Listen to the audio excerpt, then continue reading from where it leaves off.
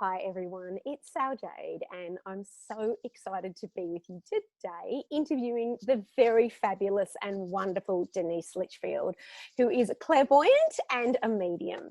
Now, some of you might have heard me mention Denise a few times before in the Psychic Readings Intermediate course and other courses I've done. She is one of my very favourite psychic and mediums of all time. She makes the most incredibly funny and amazing and sassy, gorgeous videos on YouTube. So if you haven't signed up to her YouTube channel, please make sure that you go and do that as soon as possible. But wait, I've got to talk to her first. Do it at the end. And I'm just so excited to be with her today. Denise Litchfield is a sassy, straight talking psychic and medium clairvoyant. She lives in the inner west in Sydney, and whenever you see her, often in her films and in her photography, you'll see her patting dogs and having a cup of tea.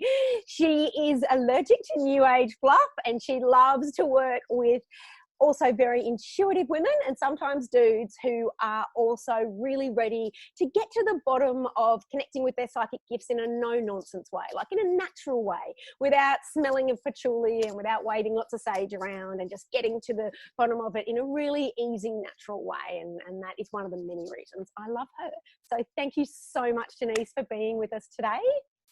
It's a pleasure. We're going to have so much fun. I know.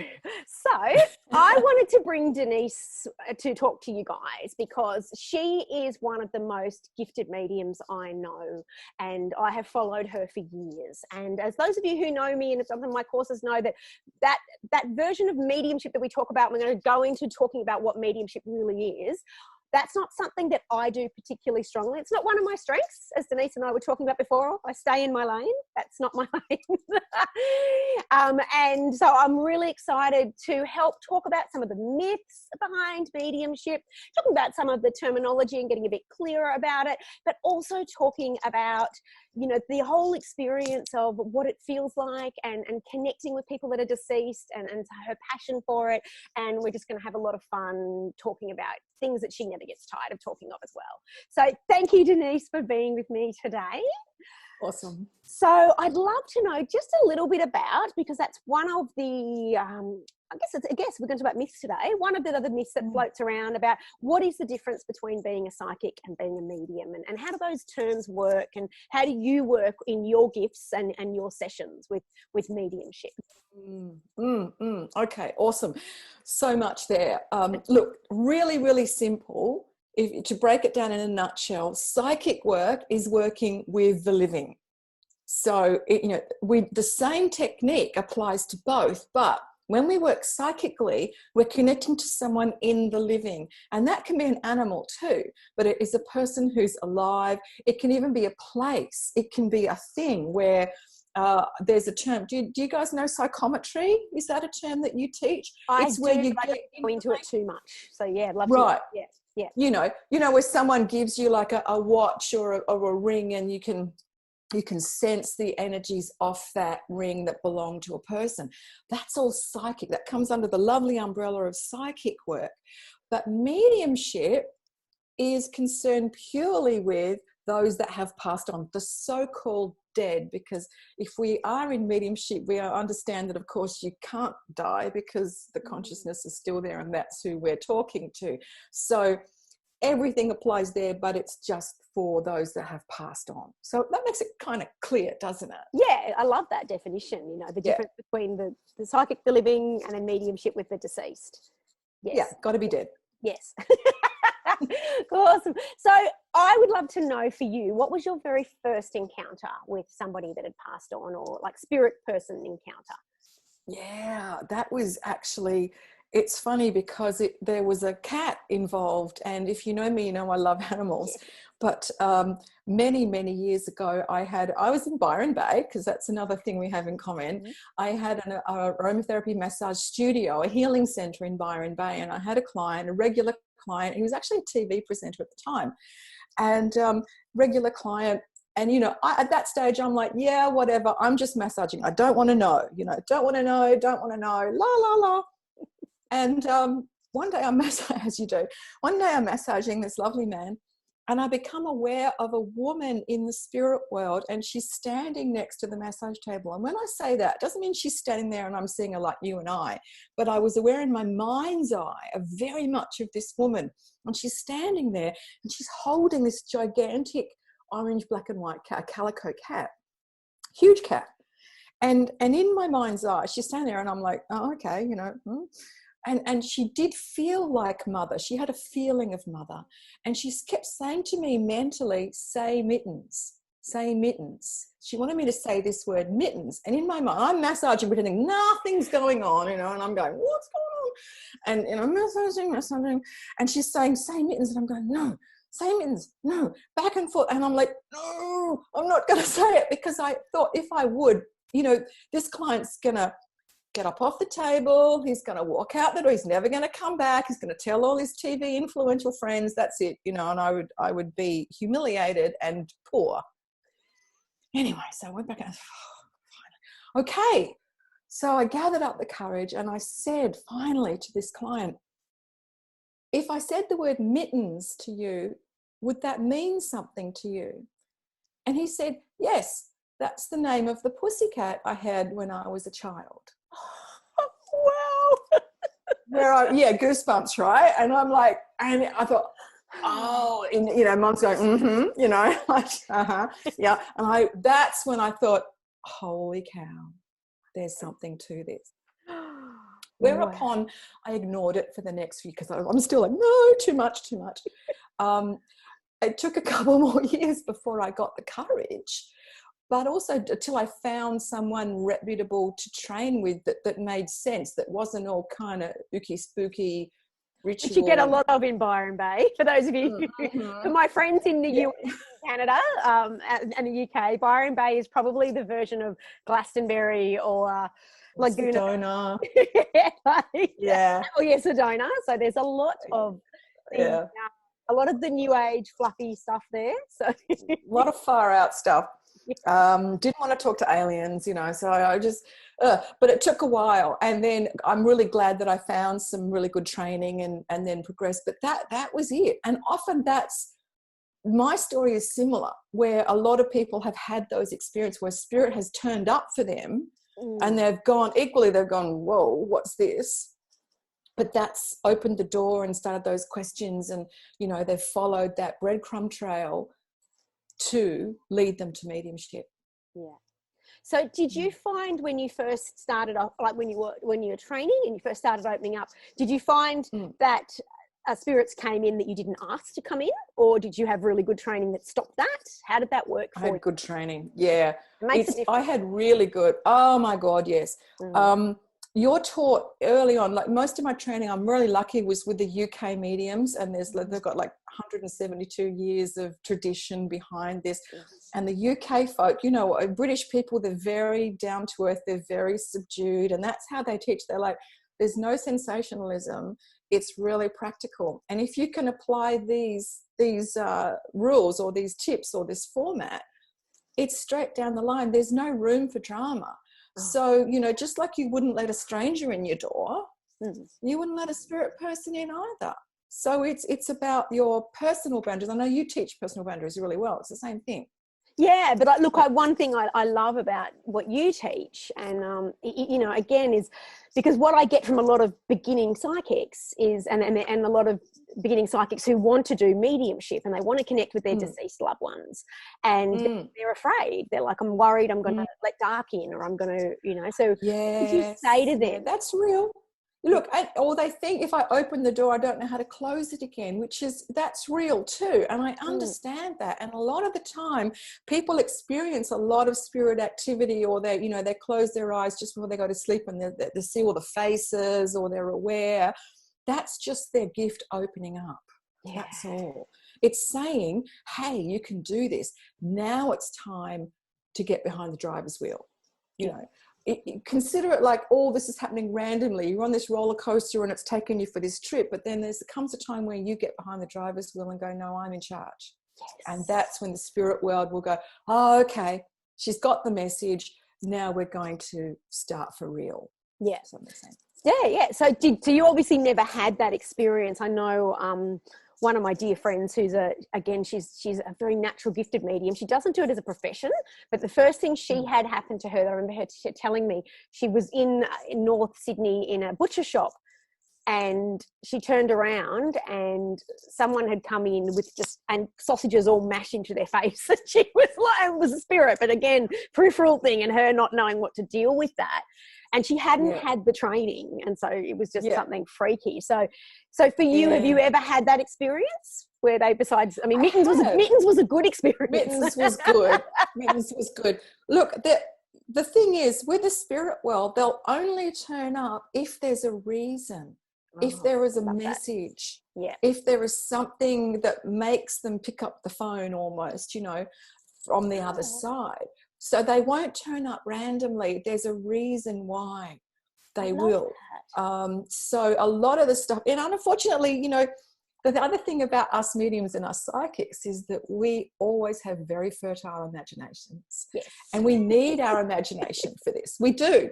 We need it to be able to make those links and do the symbology and do all the things we do. Absolutely. But sometimes when we're first learning, there's a bit of a crossover between what we imagine and what is actually there. And that's something that will trip us up all the time.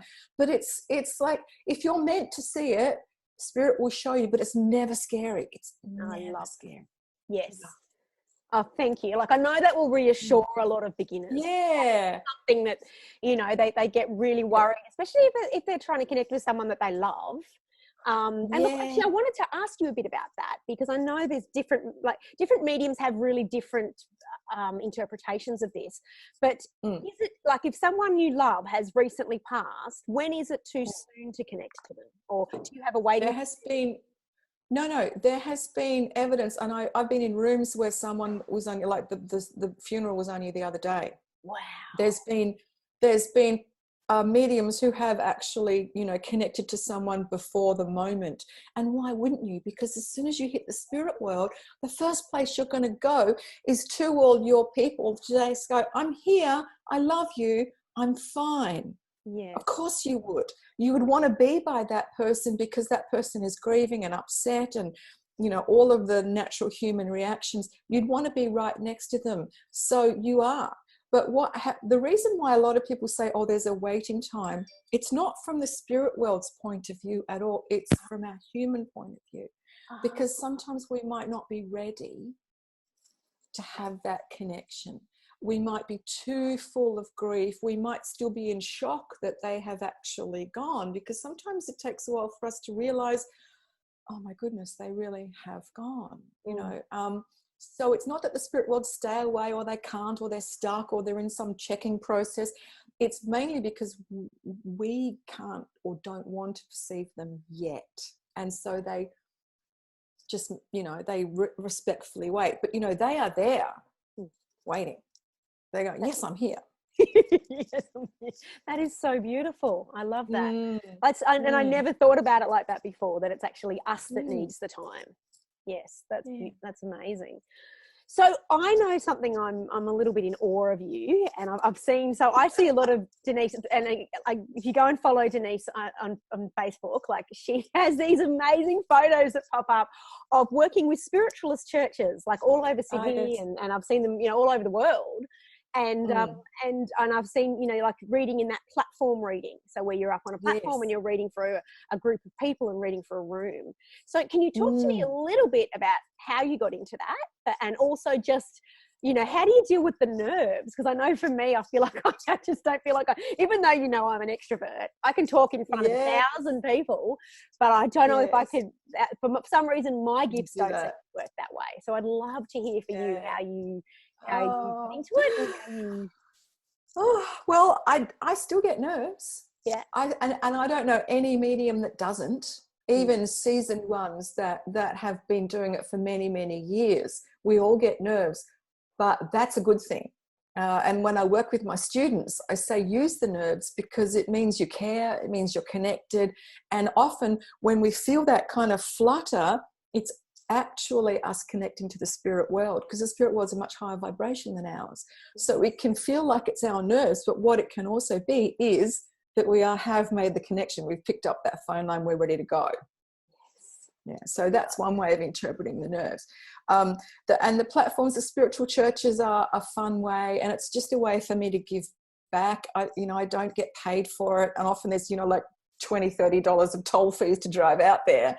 It's just a way that I like to not only share my gift but also serve a church, in that there might be people that go there that have lost someone, or that are desperate for a message from someone that they're thinking of. And if you go to those churches, you sit in the audience, and then when it's time for the medium section, they get up and give messages, but they give evidence of the person as well. So I just don't say, I've got grandma here and she loves you.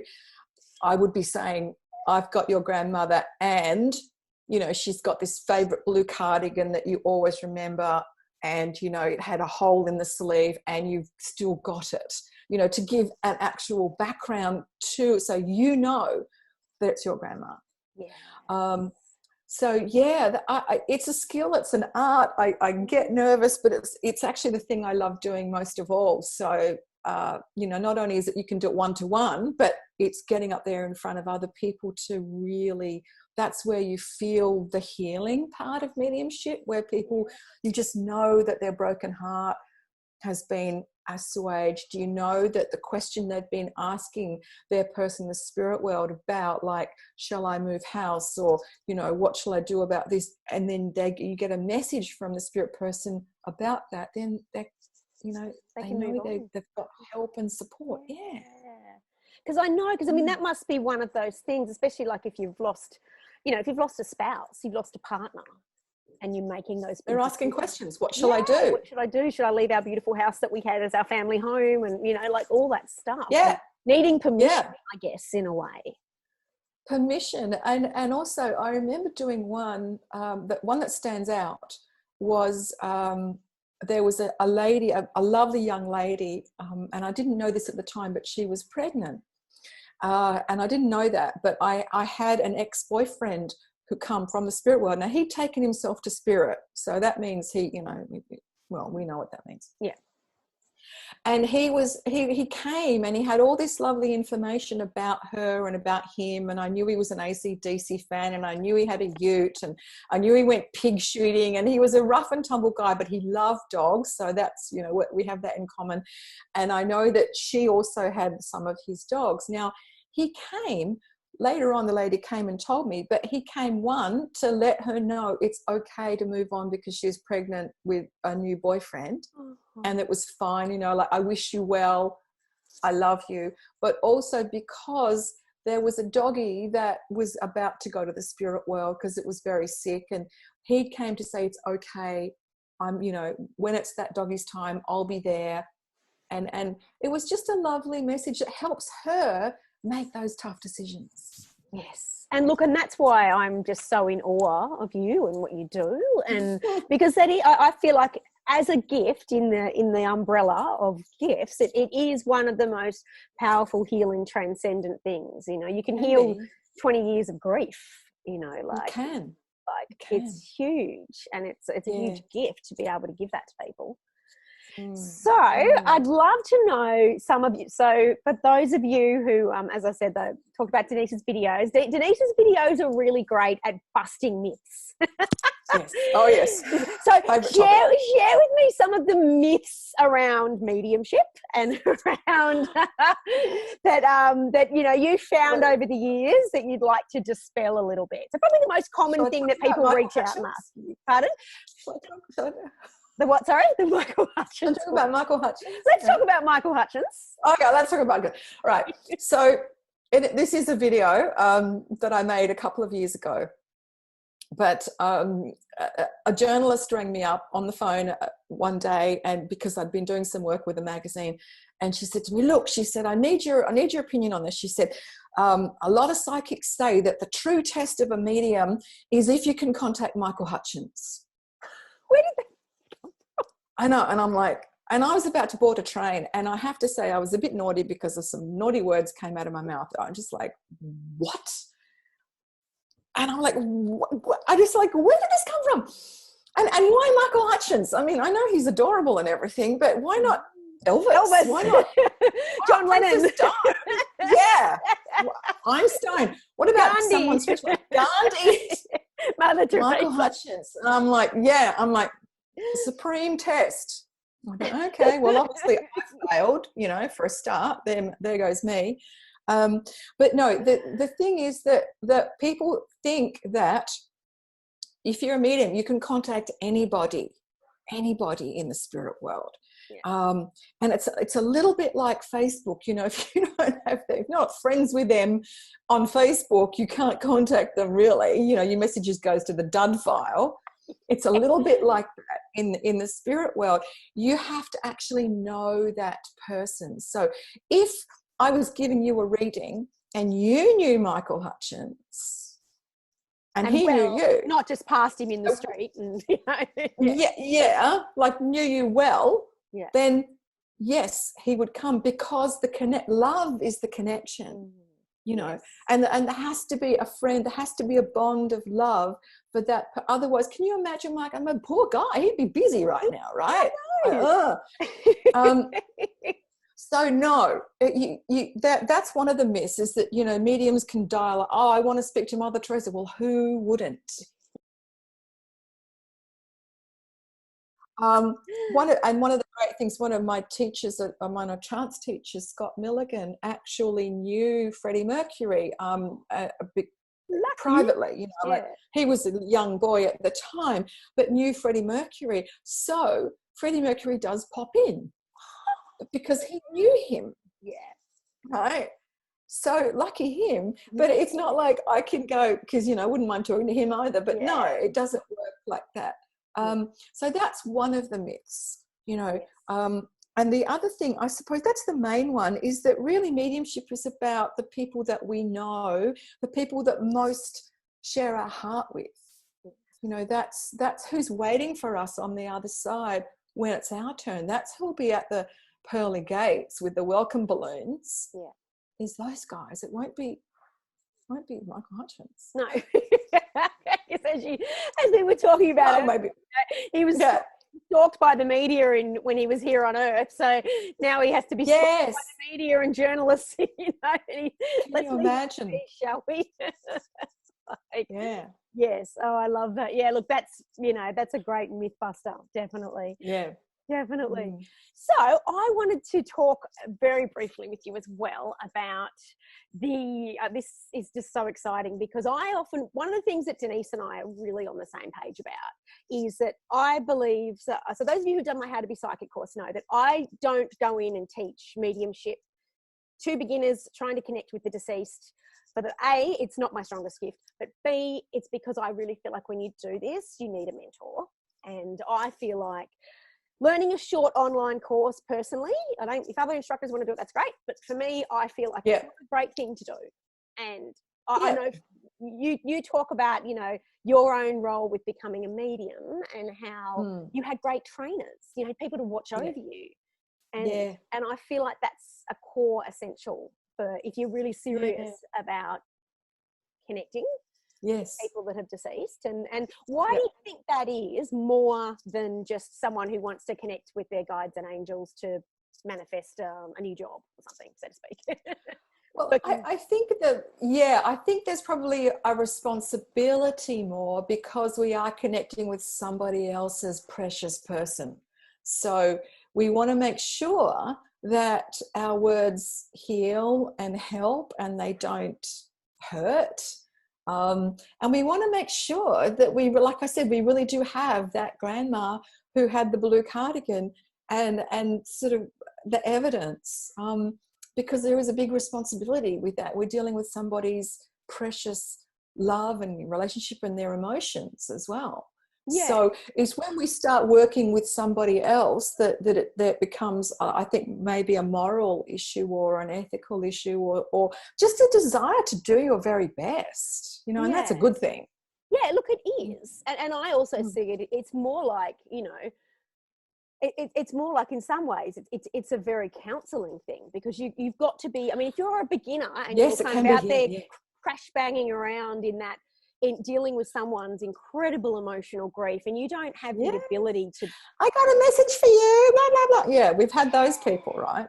And so that's you know, for me, that's a very, as you said, ethically area. Like people's loved ones and their bereaved ones, it's such a huge trauma and grief and loss to have to process. You don't want to re-traumatize them. No, and that's exactly. And I think that's why I'm, you know, as everyone knows, I teach courses in psychic development, but I feel like that's the one area that you really need a proper mentor. I feel like you need someone to be watching over you and making sure you're doing it right, not just skipping through videos and then watching Facebook and then texting your friend and then going, okay, I can rush off and do it now.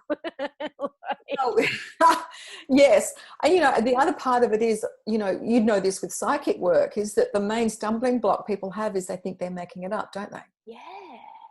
That's, And I guess if you've got a mentor, they can help they can help you with that. They can help sort that out. Yes. And weed out, tease out what is maybe made up, but maybe there's a kernel of truth in there. Maybe you really have got a connection and you've just got to tease out what it is really about. Yes. And that's a mentor, you know, that's really one-on-one. That's where I like to work with, you know, because I believe we've all got that skill, but it's refining it and making it into something that actually is meaningful. That's the difference between just getting information willy-nilly and really like being able to deliver something that people just go, oh my God, yes. I love that. So I am going to talk to you guys about an amazing and very unique opportunity to work with Denise. If you want to be a medium, if you want to look at accessing those gifts in a no-nonsense way, without all the mumbo-jumbo, in a really natural way. I know you wrote this down here and I was like, oh my God, I loved it. Mediumship isn't hard. Contacting the spirit world is just a breath away, and I love that.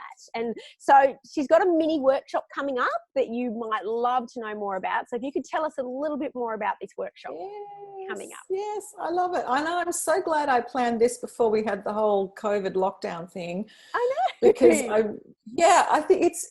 I think we need something that's short and easy and digestible at this point. And also, mediumship really is easy. And I just want to take away all the ritual, all the mumbo jumbo, and just go, look, here's how you do it. I'm going to just give you like a basic template.